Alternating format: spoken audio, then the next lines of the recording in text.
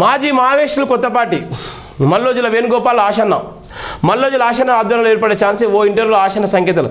మాజీ మావేశ్వరులు కొత్తపాటి పెట్టున్నారు.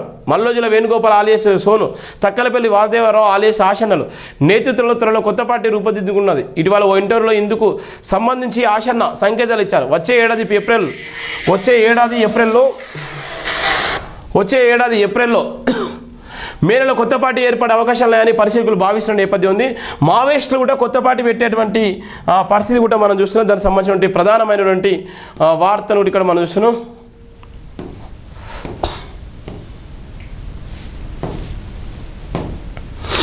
అక్రమాస్తులు 50 కోట్ల పైన రవాణా శాఖ మహబూబ్నగర్ డిప్యూటీ కమిషనర్ ఇంట్లో ఏసీపీ సవాలు. చూడండి, అక్రమంగా సంపాదించుకుంటారు. ఆఖరికి వచ్చేసరికి ప్రజల రక్తాన్ని పిండి చేస్తారు.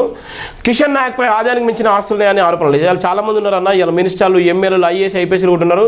ఇవాళ వీళ్ళు ఒక్కళ్ళే కాదు, ఓన్లీ ఎస్సీఎస్టీలే కాదు, ఇవాళ వందలాది మంది ఉన్నారు, వేలాది మంది ఉన్నారు. ఆ సొమ్మంతా ఇవాళ భారతదేశానికి ఉపయోగపడే సొమ్మంత ఉన్నది ఓన్లీ ఎస్సీఎస్టీలే మీదే వీళ్ళు ప్రయోగాలు చేసేటువంటి నేపథ్యం ఉంటుంది.